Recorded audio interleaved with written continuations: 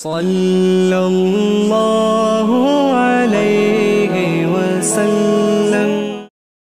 انسان زندگی میں جب جدوجہد کرتا ہے، کوشش کرتا ہے، وہ بہت سارے دنیاوی اسباب اختیار کرتا ہے، جتنی عقل اللہ نے دی ہوتی ہے اس عقل کا بھی وہ استعمال کرتا ہے، کوشش کرتا ہے کہ کچھ اچیو کر سکے زندگی میں، کچھ مقاصد کا حصول اسے میسر آئے۔ عزیز بھائیوں، ایک بات اپنے ذہن میں اچھی طرح بٹھا لیں اور لکھ لیں کہ زندگی میں جو کسی بندے کو کامیابی حاصل ہوتی ہے وہ رب تعالیٰ کی مدد سے حاصل ہوتی ہے۔ اگر رب تعالیٰ مددگار ہو تو پھر کوئی چیز بھی رستے میں رکاوٹ نہیں بنتی، اور اگر مالک کریم کو منظور نہ ہو تو انسان بہترین سیاستدان ہو، اچھا ایڈمنسٹریٹر ہو، اس کا ذہن بڑی وسعت رکھتا ہو، بڑی اچھی پلاننگ کرنا جانتا ہو، سارا کچھ ہو، تو بندہ ناکام ہو جاتا ہے۔ مسلمانوں کو جتنی کامیابیاں ملیں ان کا پس منظر صرف اتنا تھا کہ اللہ تبارک و تعالیٰ نے اپنے بندوں کی مدد فرمائی، اور اب تعالیٰ نے قرآن مجید میں اس حقیقت کا بیان کیا، فرمایا بل اللہ مولاکم، فرمایا بلکہ اللہ تمہارا مولا ہے، وَهُوَ خَيْرُ النَّاصِرِينَ، اور وہ بہترین مددگار ہے۔ وہ جو رب تمہارا مولا ہے وہ بہترین مددگار ہے، اور اگر وہ مدد کرے تمہاری، سورہ آل عمران میں آگے جا کے ارشاد فرمایا اگر اللہ مدد کرے تو پھر تم پر کوئی غالب نہیں آ سکتا، اور اگر وہ تمہاری مدد چھوڑ دے تو پھر کوئی تمہاری مدد کر سکتا، کوئی مدد نہیں کر سکتا۔ بدر کی جنگ بھی اور فتح مکہ بھی رمضان المبارک میں ہوا ہے۔ میں دونوں پر غور کر رہا تھا تو ایک نیا مضمون میرے ذہن میں آنے لگا۔ بدر کی جو جنگ ہے اس میں بھی ایک عجیب انقلاب آیا ہے کہ 313 نے 1000 سے مقابلہ کیا، اور جن 1000 سے مقابلہ کیا وہ اسلحے سے لیس تھے، اور یہ جو 313 ہیں ان کے پاس 6 زرہیں، 8 تلواریں، چند گھوڑے، لیکن اللہ نے کامیابی دی تو خود رب نے بیان کیا کس طرح دی، فرمایا وَلَقَدْ نَصَرَكُمُ اللَّهُ بِبَدْرٍ وَأَنْتُمْ أَذِلَّةٌ۔ وہ کامیابی اس طرح ملی ہے کہ رب نے تمہاری مدد کی تھی، تم تو کمزور تھے، اللہ نے بدر میں تمہاری مدد کی، تم جیت گئے۔ وَلَقَدْ نَصَرَكُمُ اللَّهُ بِبَدْرٍ وَأَنْتُمْ أَذِلَّةٌ، اللہ نے بدر میں تمہاری مدد کی، تم تو کمزور تھے۔ پھر فتح مکہ نصیب ہوئی تو اس میں بھی بہترین منصوبہ بندی نبی پاک علیہ السلام نے فرمائی، بہترین حکمت عملی حضور نے اپنائی، لیکن ہمیں جو اللہ رسول نے بات سمجھائی وہ کیا ہے؟ اذا جاء نصر اللہ والفتح، فرمایا جب اللہ کی مدد آئی اور فتح نصیب ہو گئی۔ یہ اللہ نے مدد فرمائی تمہاری، یہاں بھی فتح مکہ بھی اللہ کی مدد سے، جنگ بدر بھی اللہ کی مدد سے۔ وہ جو مدد ہے اللہ تعالیٰ کی، جب وہ ہم یہ کرتے ہیں کہ ہم اپنی ساری زندگی سیاست کی نظر کر دیں، ہماری سیاست صرف ملک میں نہیں ہوتی، ہماری سیاست خاندان میں بھی ہوتی ہے، ہم گھر کے اندر بھی سیاست کرتے ہیں، ہم کسی خاص طریقے سے لوگوں کو اپنے پیچھے چلانا چاہتے ہیں، ہم ایک خاص اسلوب اختیار کرتے ہیں کہ لوگ ہمارے پیچھے چلیں۔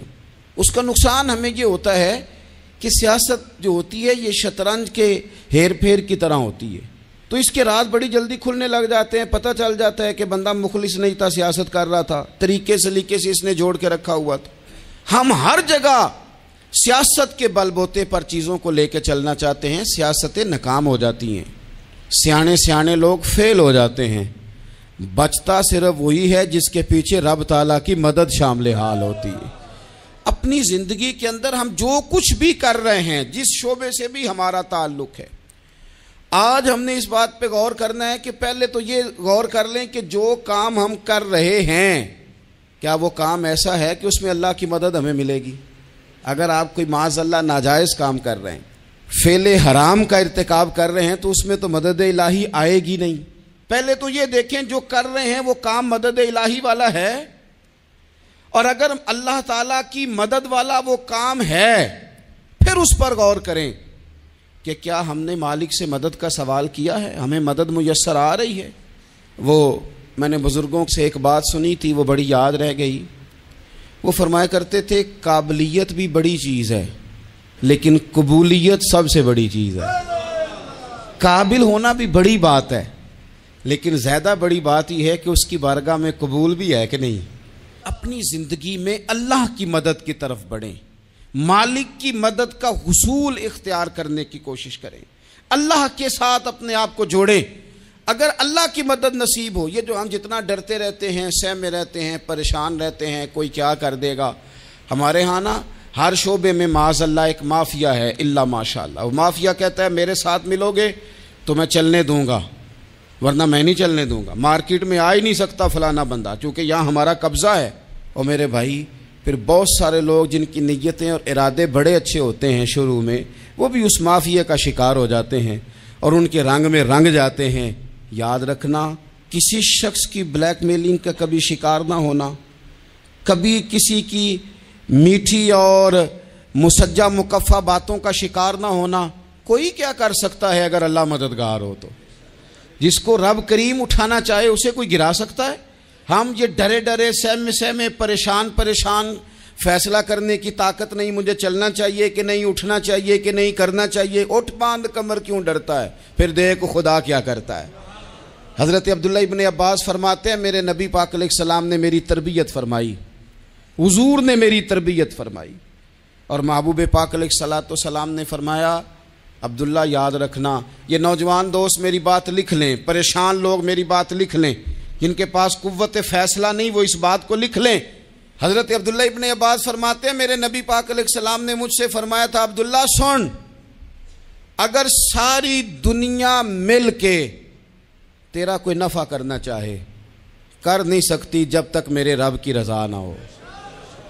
اور فرمایا ساری دنیا مل کے تیرا کچھ بگاڑنا چاہے تو عبداللہ بگاڑ نہیں سکتی جب تک رب کریم کی حکمت کا تقاضا نہ ہو. لوگوں سے ڈرنا، لوگوں کی طرف دیکھنا، ماحول دیکھ کے اپنے راہ کا تعین کرنا، ہر بندے کے خیالات کے مطابق ڈھلنے کی کوشش کرنا، فلانا نہ ناراض ہو جائے، فلانا نہ ناراض ہو جائے، وہ جس نے ہونا ہو جائے، بس رب رسول ناراض نہ ہو. اپنی زندگی میں اپنے مالک کو مولا جان کے، بل اللہ مولاکم، اللہ تمہارا مولا ہے، وَهُوَ خَيْرُ النَّاصِرِينَ، وہ بہترین مددگار ہے. توجہ جب بھی کریں رب کی جانب کریں. اپنے دل کا قبلہ درست رکھیں، سوچوں کے زاویے سیدھے رکھیں. میرے بھائی مالک جب بندوبست کر دے نا، جب مالک بندوبست کر دے پھر ایسا بندوبست کرتا ہے کہ لوگوں کے پاس نا چارہ نہیں رہتا.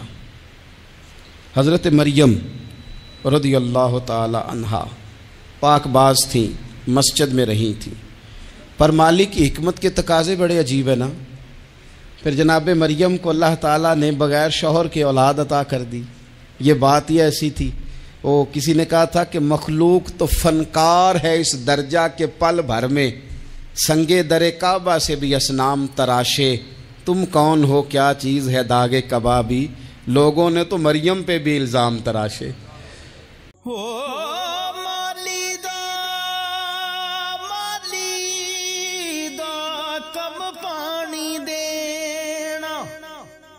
پر مشکاں پاوے ہو مالک دا کم پھل پھل لاوے یا نہ لاوے.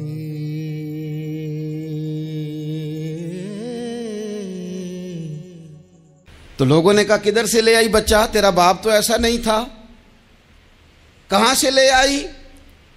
اللہ کرے میں آپ کو سمجھا سکوں، ذرا اپنے آپ کو وہاں کھڑا کریں کہ ایک پاک باز عورت، پاک باپ کی بیٹی، طیب ماں کی بیٹی، اور اللہ کے گھر میں پرورش پانے والی خاتون، ایک وہ وقت اور ایک یہ وقت کہ اس عورت کو کٹہرے میں کھڑا کر کے پوچھا جا رہا ہے کہ معاذ اللہ تیری گود میں بچہ جائز نہیں ہے، کہاں سے لائی ہے؟ اب خود سے صفائیاں بندہ کتنی کو دے، کتنی کو وضاحتیں کرے. اور میں نے تو اپنی زندگی میں دیکھا ہے زیادہ وضاحت دینے والے کو بھی لوگ جھوٹا سمجھنے لگ جاتے ہیں. زیادہ وضاحت دینے پر بھی لوگ کمزوری کا اظہار سمجھتے ہیں کہ کمزور پڑ گیا. آپ صلح کی کوشش کرتے ہیں، سامنے والا بزدل سمجھ لیتا ہے. زیادہ وضاحتیں بھی کمزور کر دیتی ہیں. اب حضرت مریم کو کٹہرے میں کھڑا کر کے کہا بچہ کس کا ہے؟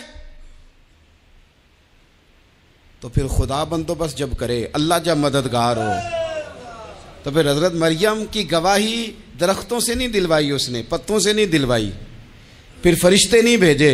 حضرت مریم کہنے لگی مجھ سے نہ پوچھو، وہ جو پنگوڑے میں ہے اسی سے پوچھ لو، ان سے پوچھو نا، وہ کون ہے پوچھ لو، ان سے کر لو سوال۔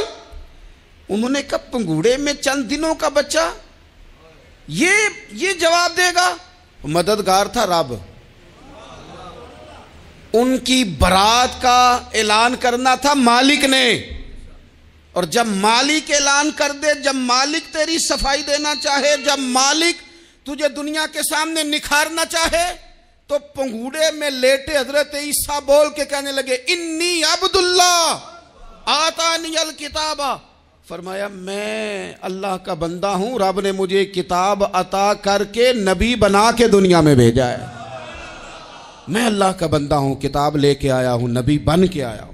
پھر پنگوڑے سے اعلان ہو گیا، پھر بچہ بول پڑا، اور یہ ایک دفعہ نہیں بات ہوئی، یہ بنی اسرائیل میں ایک جریج نام کے شخص بھی تھے جو نماز پڑھ رہے تھے، بعض نے لکھا ہے نفل نماز تھی، اماں نے پکارا تو آئے نہیں، تو ماں کے منہ سے نکل گیا تو اتنی دیر تک مرے گا نہیں جب تک کسی بے حیا عورت کا منہ نہ دیکھ لے۔ تو وہ عبادت گزار تھے، لیکن لوگوں نے ان کی عبادت، ریاضت، پرہیزگاری کو نہیں دیکھا، بس ایک عورت کو بھیج کے الزام لگوا دیا۔ وہ عورت آیا جایا کرتی تھی، اب آ جاتی ہیں عورتیں، مسئلہ پوچھنے کی نیت سے بھی آ جاتی ہیں، ماحول میں کچھ جگہ ایسی بھی ہیں جہاں عورتیں دم کرانے کے بہانے آ جاتی ہیں۔ وہ خاتون آتی جاتی تھی اس خانقاہ پہ، آستانے پہ، یہ بخاری میں موجود ہے، پھر اس نے کہا میری گود میں جو بچہ ہے یہ انہی کا ہے۔ مجھے بتائیں کیسے بندہ وضاحت دے؟ حالات خراب ہو گئے، لوگ کٹیا جلانے لگے، ماحول اور طرح کا بن گیا۔ میرے نبی پاک علیہ الصلوۃ والسلام فرماتے ہیں پھر اس رب کے بندے نے کہا مالک تو کریم ہے، تیری مشیت کا تقاضا آیا جو میری ماں نے جملے بولے تھے، پر اب میں وضاحت دینے کے قابل نہیں رہا، اب تو ہی کرم کرے گا تو دروازہ کھلے گا۔ تو وہ چند دنوں کا بچہ پنگوڑے میں بول کے کہنے لگا میں اس درویش کا نہیں، میں تو فلانے چرواہے کا بچہ ہوں، وہ جو بکریاں چراتا ہے۔ رب کی مدد کو پکاریں، اپنے ساتھ اپنے مالک کی مدد کو شامل کریں، تھوڑے رزق پر بھی گزارا اچھا ہونے لگ جائے گا۔ سارے لوگ آپ کو گرانے کی تدبیریں کر رہے ہوں گے اور مالک آپ کو عزتیں عطا فرما دے گا، اس کی بارگاہ سے حکمت کا تقاضا اور ہو جائے گا۔ ہم نے ساری زندگی لوگوں کو راضی کرنے میں گزار دی، ساری زندگی بڑھاپا آ گیا بچوں کو پالتے، اور بچوں نے آخری عمر میں کہہ دیا ابا اگر کوئی ڈھب کا کام کر لیتے تو آج ہمارے دن بھی پھر نہ جاتے۔ ساری زندگی گزار دی بہن بھائیوں کو راضی کرنے میں، ساری زندگی گزار دی ذمہ داریاں اٹھانے میں، ان کو 99 دفعہ دیا، ایک دفعہ نہیں دیا تو انہوں نے کہہ دیا تو نے تو کبھی دیا ہی نہیں، تو تھا ہی نہیں۔ ساری زندگی محلے داروں، علاقے والوں کو راضی کرنے میں گزار دی، اور میں نے ایسے لوگ بھی دیکھے دین کے لیے وقت گزارا، لیکن جب بڑھاپے میں دانت کام نہ کرتے تھے تو وقت کے مفتیوں کو بھی مسجدوں کی کمیٹیوں نے کہہ دیا اب آپ کی سمجھ نہیں آتی، ہم نے خطیب کو یور رکھنا ہے، نہ دیکھو دنیا کی طرف، دنیا رلا دیتی ہے، نہ راضی کرو بندوں کو، بندے تھکا دیتے ہیں، نہ پیچھے بھاگو ہر وقت دنیا داروں کے، یہ انسان کو کمزور کر دیتے ہیں۔ وہ تو کریم ہی بڑا ہے، 2 آنسو زمین پر بعد میں گرتے ہیں، بندے کے گناہ سارے پہلے معاف فرما دیتا ہے۔ اللہ کی مدد کا حصول، اپنے مالک کی مدد کی طرف بڑھنا، آپ کو بدر کی جنگ بھی یہی درس دے گی، آپ کو احد کا میدان بھی یہی سبق دے گا، فتح مکہ بھی یہی سبق دے گا۔ میرے دوستو جب رب مدد فرمائے، جب اللہ مددگار بنے، دوستوں سے ایک بات اکثر کرتا ہوں، میں کہتا ہوں کہ جتنے درد سے آپ امیر کو اپنی کہانی سناتے ہیں نا، اور جس طرح آپ کے آنسو بات کرنے سے پہلے گر جاتے ہیں کہ غریب ہیں، بچیاں ہیں، کاروبار نہیں، او میرے سنگیو، اس سے آدھے آنسو اپنے رب کی بارگاہ میں بکھیرو، اس کے حضور عرض گزار ہو جاؤ، اس سے طلب کرو۔ ایک وقت انسان پر زندگی میں ایسا آتا ہے کہ اسے یوں محسوس ہوتا ہے کہ میرا سایہ بھی ذرا سا پیچھے ہٹ گیا ہے، اسے یوں لگتا ہے کہ میں کسی سہارے پہ ہاتھ ڈالتا ہوں تو وہ بھاگ جاتا ہے مجھ سے، لیکن مالک کی بارگاہ ایسی عظیم بارگاہ ہے، رب رسول کے آستانے اتنے بڑے ہیں کہ آپ جب وہاں کشکول طلب دراز کرتے ہیں تو جھولی پھیلانے میں دیر لگتی ہے، ان کو بھرنے میں تو کوئی دیر نہیں لگتی۔ ہم نے اپنا سوچ کا قبلہ ہی دنیا کو بنا لیا ہے۔ یہ جو اللہ والوں کی مدد ہے یہ تو ہے اللہ ہی کی مدد ہے، لیکن یہ جو سیٹھوں کی طرف توجہ کرنا، نوابوں کی طرف توجہ کرنا، دنیا داروں کی طرف توجہ کرنا اور اپنا مزاج اس طرح کا بنا لینا، یارو گردن کو جھکا دیتا ہے خیرات کا پتھر، جہاں میں مانگنے والوں کے سر کبھی اونچے نہیں ہوتے۔ اور اقبال کہتے ہیں غیرت ہے بڑی چیز جہان تگ و دو میں، پہناتی ہے یہ فقر کو تاج سردارا۔ میں عرض کروں گا کہ اپنی آپ جب توجہ کا قبلہ اللہ رسول کو بنائیں گے تو رب فرماتے ہیں وَيَرْزُقْهُ مِنْ حَيْثُ لَا يَحْتَسِبُ، میں نہ تجھے وہاں سے رزق دوں گا جہاں سے کبھی تیرا گمان بھی نہیں گیا ہوگا، یہاں سے بھی مل سکتا ہے، تو نے سوچا بھی نہیں ہوگا۔ بخاری شریف میں حدیث ہے، حضرت جابر ابن عبداللہ فرماتے ہیں نبی پاک صلی اللہ علیہ وسلم نے 300 لوگوں کا ایک لشکر روانہ کیا کسی مہم کے لیے، کسی جہاد کے لیے۔ حضرت ابو عبیدہ بن جراح رضی اللہ تعالیٰ عنہ امیر لشکر تھے۔ فرماتے ہیں غربت اتنی زیادہ تھی، بھوک اتنی زیادہ تھی کہ ایک ایک کھجور دن میں ایک وقت کھانے کو ملتی تھی، اور کچھ دن ایسے آئے کہ اب کھجور بھی نہیں مل رہی۔ فرماتے ہیں اتنی زیادہ بھوک لگی مجاہدین کو 300 بندہ پتے کھا کے گزارا ہونے لگ گیا۔ یہ بخاری میں موجود ہے۔ آپ فرماتے ہیں کہ دریا کے کنارے ہمارا پڑاؤ تھا، ٹھہراؤ تھا، جب بھوک سے نڈھال ہو گئے نا، وَيَرْزُقْهُ مِنْ حَيْثُ لَا يَحْتَسِبُ، اللہ وہاں سے روزی دیتا ہے، گمان بھی نہیں ہوتا۔ فرماتے ہیں ایک مچھلی اللہ تعالیٰ نے دریا کے کنارے بھیجی، فرماتے ہیں وہ تھی تو مچھلی پر پہاڑ جتنی تھی۔ بخاری میں لفظ ہیں، حضرت جابر ابن عبداللہ رضی اللہ تعالیٰ عنہ فرماتے ہیں 300 آدمی 18 دن تک اس مچھلی کو کھاتے رہے، مچھلی ختم ہی نہیں ہوئی۔ مچھلیاں نہیں، مچھلی کہتے ہیں 18 دن 300 بندہ کھاتا رہا، مچھلی ختم ہی نہیں ہوئی۔ اور فرماتے ہیں کہ اس کی ہڈی نکال کے، کانٹا کہیں گے آپ اپنی زبان میں، کہتے ہیں وہ نکال کے نا تو اس کو کھڑا کیا نا جب، تو اونٹ کجاوے سمیت اس کے بیچ سے گزر جاتا تھا، 2 اس کے کانٹے جوڑے۔ فرماتے ہیں وہ اس کا گوشت ہم کھاتے تھے اور اس کی چربی بطور تیل کے ہم جسموں پہ ملتے تھے، بیماروں کو اس سے سکون آتا تھا، تندرستی شفا ہوتی تھی۔ فرماتے ہیں ہم کھایا بھی ہم نے اور کچھ لے کے ہم مدینے بھی گئے، اور قربان جائیں نبی پاک نے بھی اس میں سے کھایا۔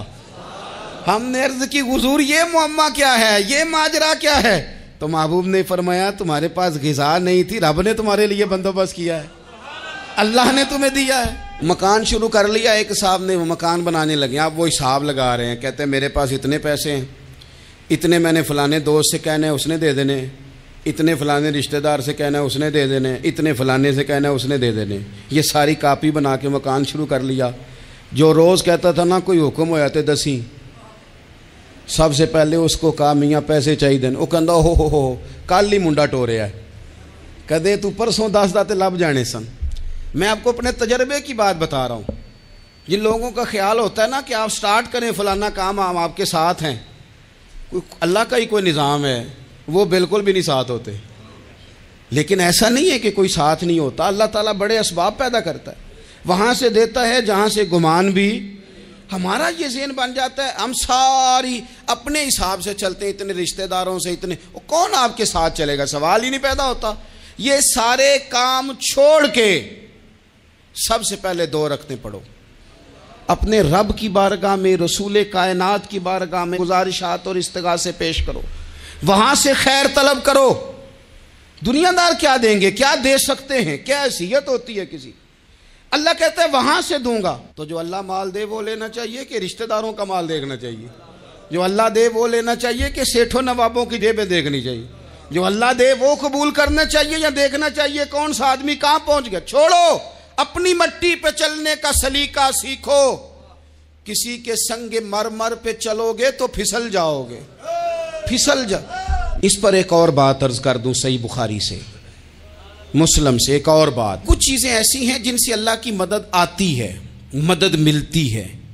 ایک چیز ان میں سے ایسی ہے جس سے بہت مدد نازل ہوتی، وہ ہے کہ جب رب آپ کو دے نا تو پھر آپ بھی اس کے رستے میں دیں، پھر مدد آتی ہے، پھر اور آتا ہے۔ بخاری مسلم میں حدیث ہے، یہ زیادہ ہی توجہ طلب امر ہے، اس پر آپ غور کریں گے۔ حضرت ابو ہریرہ فرماتے ہیں کہ نبی پاک علیہ السلام نے فرمایا ایک شخص نے بادلوں کے اندر سے آواز سنی کہ فلاں آدمی کا کھیت اور باغ خشک ہو گیا ہے، وہاں برسو اور اس کے کھیت کو سیراب کرو۔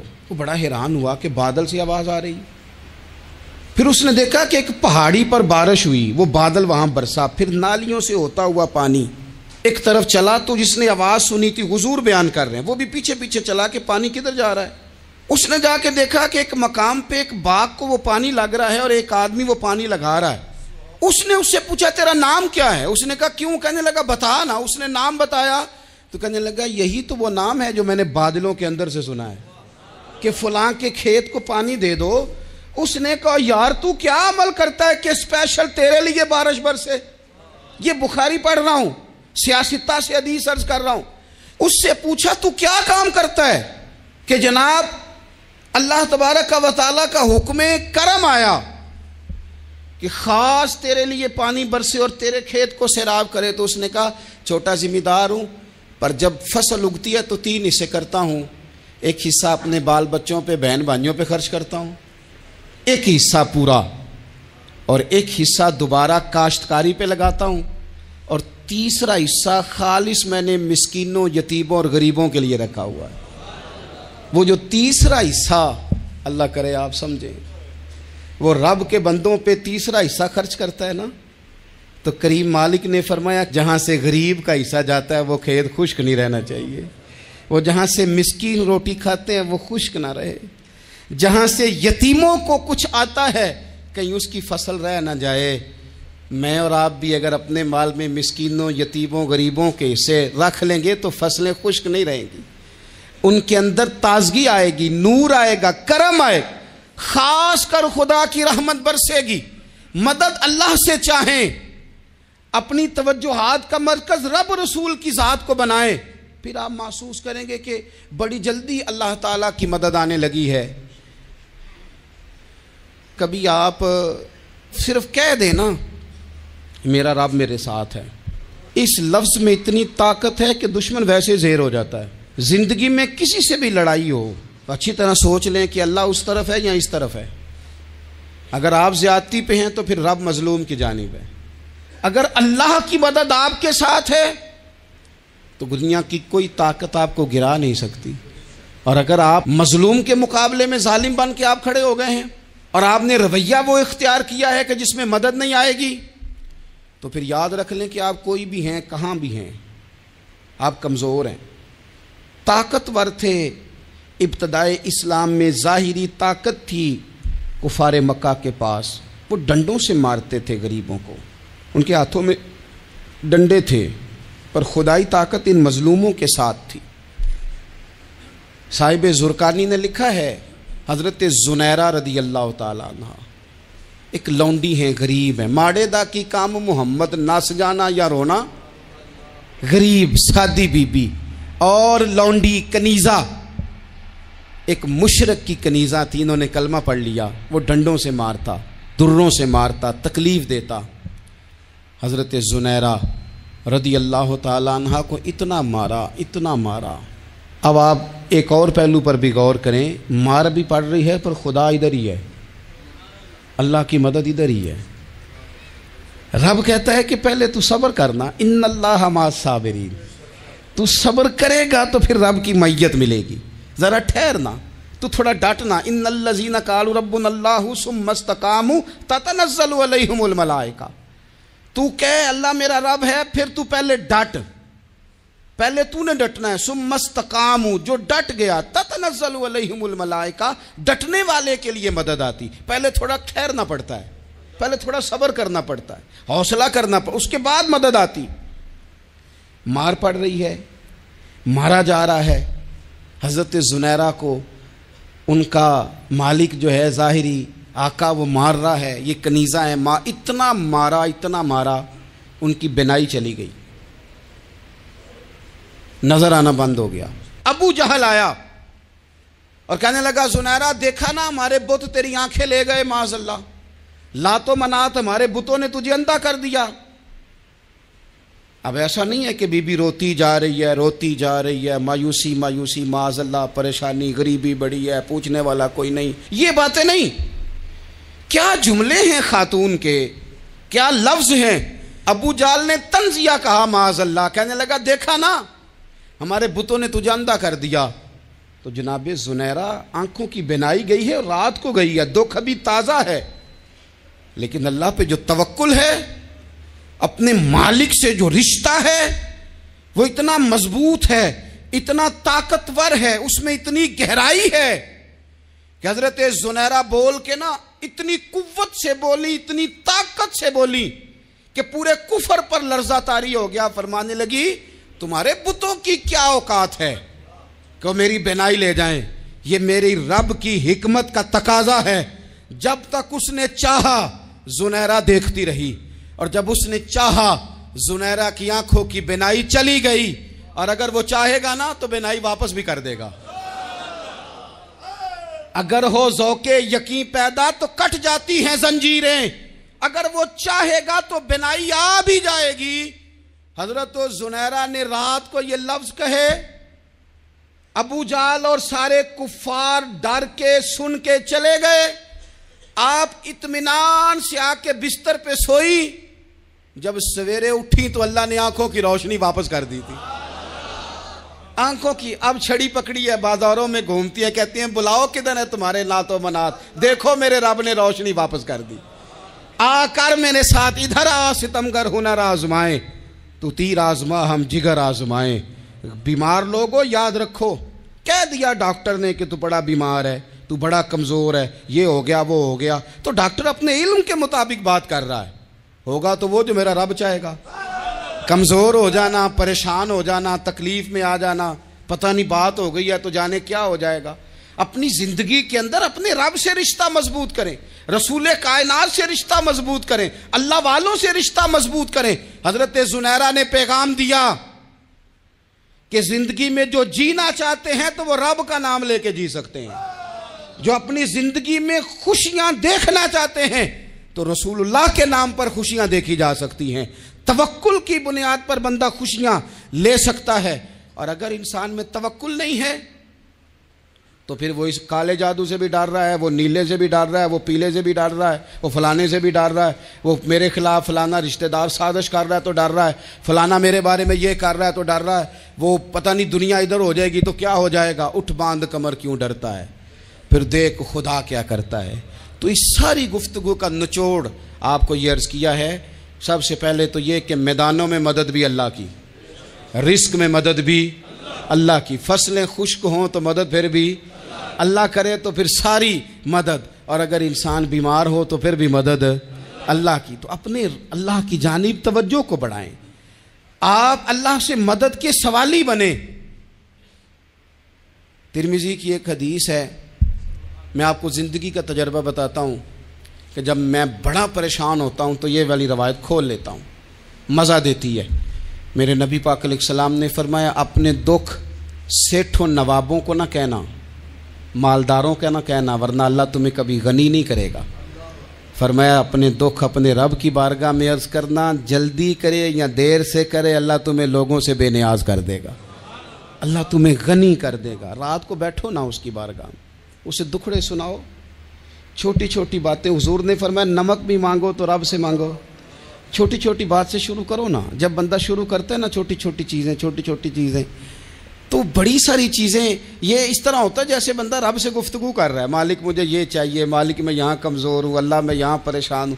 آپ یہ کر کے تو دیکھیں، لمبی لمبی دعائیں مانگ کے تو دیکھیں، اس کے حضور جوڑ کے تو دیکھیں، آپ دیکھیں گے راحت کتنی ہے، سکون کتنا ہے۔